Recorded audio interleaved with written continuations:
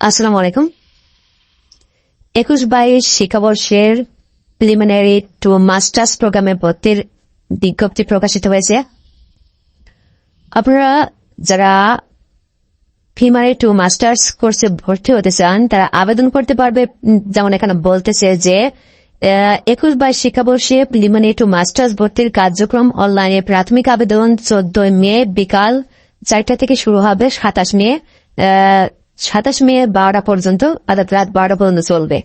এখানে যে ফি বাবদ এখানে আছে 300 টাকা ফি বাবদ দেওয়া রয়েছে এবং 28 মে 2024 তারিখের মধ্যে অবশ্যই জমা দিতে হবে। এই শিক্ষা কার্যক্রমে ভর্তি শিক্ষার্থীদের ক্লাস 1 জুলাই 2024 থেকে শুরু হবে।